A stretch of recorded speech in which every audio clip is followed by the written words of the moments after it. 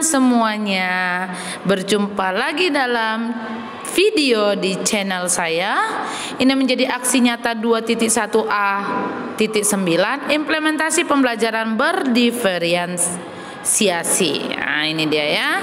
Saya mengaplikasikannya di kelas 3 N Copernicus yang saat ini saya emban dalam pembelajaran di SD Pelita Utama, Kota Batam. Baik, nah ketika kita melihat anak-anak ini memiliki keunikan yang berbeda-beda. Keunikan tersebut juga akan menunjukkan karakteristik yang dimiliki. Oleh sebab itu, sebagai guru atau sebagai pengajar, saya harus teliti dan pandai membaca keunikan setiap anak murid saya, agar saya dapat memenuhi kebutuhan belajar mereka. Dalam Merdeka Belajar, guru, yaitu saya sendiri, hanya berperan sebagai fasilitator. Jadi kita sebagai guru, terutama saya sendiri, itu berperan sebagai fasilitator menghamba pada murid. Tujuannya agar potensi murid dapat berkembang. Hal tersebut dapat terwujud apabila guru dapat memberikan kesempatan kepada seluruh murid sesuai dengan kebutuhan belajar mereka. Lalu apa sih pembelajaran berdiferensiasi? Nah, pembelajaran berdiferensiasi itu menjadi jawaban atas kerinduan semua guru dan murid. Karena apa? Karena dengan pembelajaran ini dapat mewujudkan murid yang mampu belajar akan nilai-nilai kehidupan, sehingga potensi mereka akan berkembang secara maksimal. Pertanyaannya itu, sudahkah semua guru mendengar, mengetahui, bahkan mempraktekkannya dalam proses pembelajaran? Nah, pengertian dari pembelajaran berdiferensiasi itu sendiri adalah pembelajaran yang dilakukan untuk memenuhi atau mengakomodir kebutuhan belajar murid, yang dilakukan dengan pemetaan terlebih dahulu. Apa itu pemetaannya? Yaitu melihat kesiapan belajar murid, minat belajar murid, dan profil belajar murid. Jadi 3 hal inilah yang dipetakan oleh guru untuk dapat mengakomodir atau memenuhi kebutuhan murid. Lalu Tomlinson berpandangan bahwa pembelajaran berdiferensiasi adalah sebuah usaha dalam memenuhi kebutuhan murid. Jadi saya menyimpulkan bahwa sebagai guru tidak selalu dituntut untuk memenuhi seluruh kebutuhan murid setiap waktu. Namun saya sebagai guru juga berkewajiban menggunakan banyak metode agar dapat mengetahui gaya belajar yang tepat serta memfasilitasi sehingga kebutuhan belajar murid dapat terpenuhi. Oleh sebab itu diperlukannya strategi bagi guru agar dapat memenuhi kebutuhan murid dengan berdiferensiasi konten, proses, dan produk. Itu adalah strategi dalam pembelajaran diferensiasi. Baik, perhatikan gambar berikut. Ini merupakan gambar berdiferensiasi yang saya coba lakukan, saya terapkan di sekolah Pelita Utama. Nah, pembelajaran berdiferensiasi itu ada 3 strategi. Yang pertama konten, proses, dan produk. Pertama, konten. Diferensiasi konten itu adalah pembelajaran yang terpenuhi dengan adanya kesiapan belajar, minat belajar, dan profil belajar murid. Nah, di awal pembelajaran saya membuat asesmen diagnostik sehingga saya mengetahui dan saya bisa memetakan anak-anak di kelas Copernicus yang visual, auditori, dan kinestetik. Nah, dengan saya mengetahui hal ini, maka saya bisa memberikan metode yang tepat agar dapat memenuhi kebutuhan belajar mereka. Nah, yang kedua, diferensiasi proses. Ini adalah murid yang dapat memahami materi pembelajaran baik secara individu atau kelompok dengan aktivitas yang berjenjang dan fleksibel, dengan menyiapkan pertanyaan dan tugas yang bervariasi serta mengembangkannya. Dan yang terakhir, yang ketiga, strategi ketiga adalah diferensiasi produk. Adalah hasil karya atau unjuk kerja yang sudah diselesaikan murid sesuai dengan minat mereka. Ini dia. Lalu pembelajaran berdiferensiasi juga memerlukan suasana lingkungan yang mendukung. yaitu komunitas belajar, anggota kelas, saling menghargai, kenyamanan baik secara fisik dan psikis, harapan pertumbuhan, guru mengajar untuk mencapai kesuksesan, serta keadilan dalam bentuk karya nyata. Nah, hal yang saya sebutkan di atas tadi, yaitu pembelajar yang memerlukan suasana lingkungan, itu dapat dituangkan dalam RPP dengan memperhatikan tahapan berikut. Yang pertama, menentukan tujuan pembelajaran, memetakan kebutuhan belajar murid, baik itu kesiapan belajar, minat, dan profil belajar. Yang ketiga, menentukan strategi dan alat penilaian yang digunakan, baik itu bentuk portofolio, proyek, dan sebagainya. Dan yang terakhir, menentukan kegiatan pembelajaran, konten, proses, dan produk. Itu sangat diperlukan. Lalu dalam menerapkan pembelajaran berdiferensiasi pasti akan menemukan kendala atau tantangan.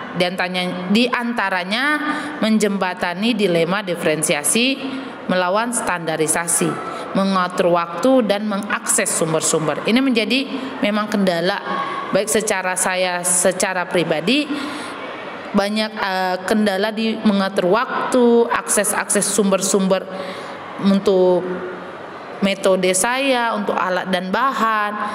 Ini yang membuat memang ada kendala atau tantangan. Nah, kendala atau tantangan dapat dihadapi dengan kreativitas guru tentunya ya, yaitu bagaimana memanajemen waktu dan menggunakan strategi yang efektif, bahkan saling memberi dukungan dengan teman-teman sejawat, melakukan refleksi dan mengevaluasi serta perbaikannya. Nah, ketika saya membuat video ini, saya teringat dengan filosofi pendidikan yang disampaikan oleh Ki Hajar Dewantara, yaitu guru sebagai among, yaitu menuntun murid yang berkembang sesuai dengan kodratnya, yaitu kodrat alam dan zamannya.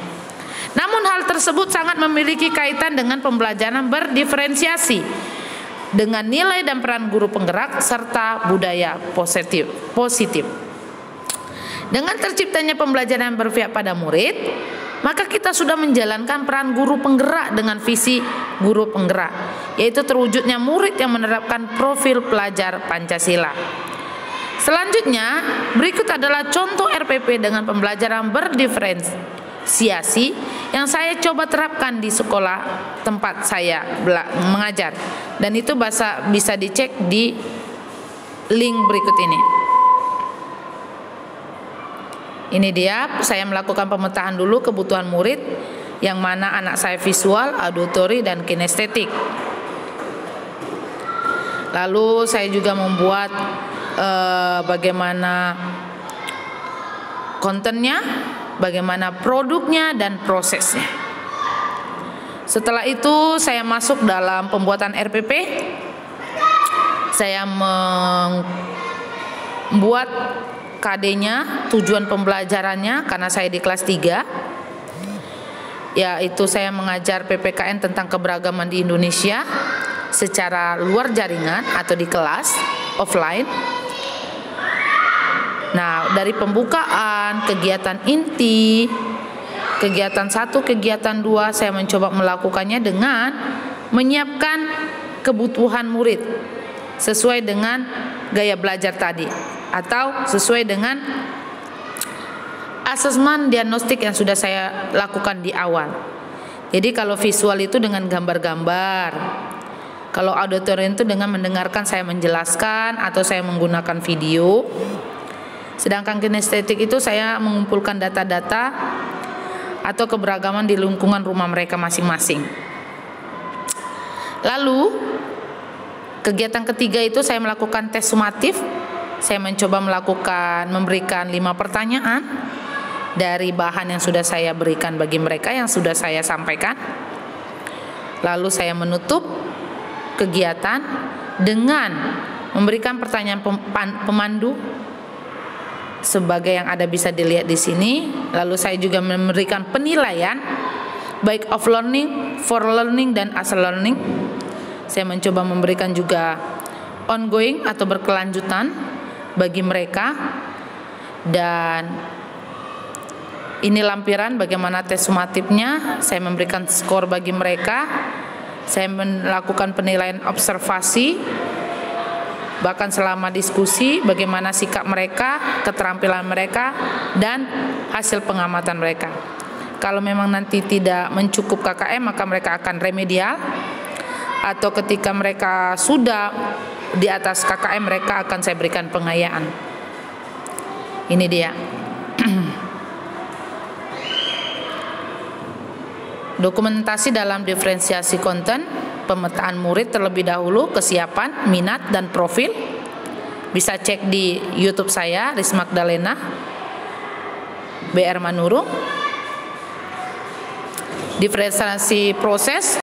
Yang kedua, diferensiasi proses ini bisa lihat juga di channel YouTube saya. Saya mencoba mengambil bagaimana proses yang terjadi. Dan yang ketiga, diferensiasi produk. Itu hasil karyanya juga bisa dilihat di link ini. Bagaimana ketika mereka yang mengerjakan dengan karya atau mereka mengumpulkan data, lalu saya simpan di drive. Oke, baik, ini adalah hasil dari tugas saya untuk implementasi pembelajaran berdiferensiasi di SD Pelita Utama. Salam bahagia, terima kasih. Sampai jumpa dalam video selanjutnya. Bye.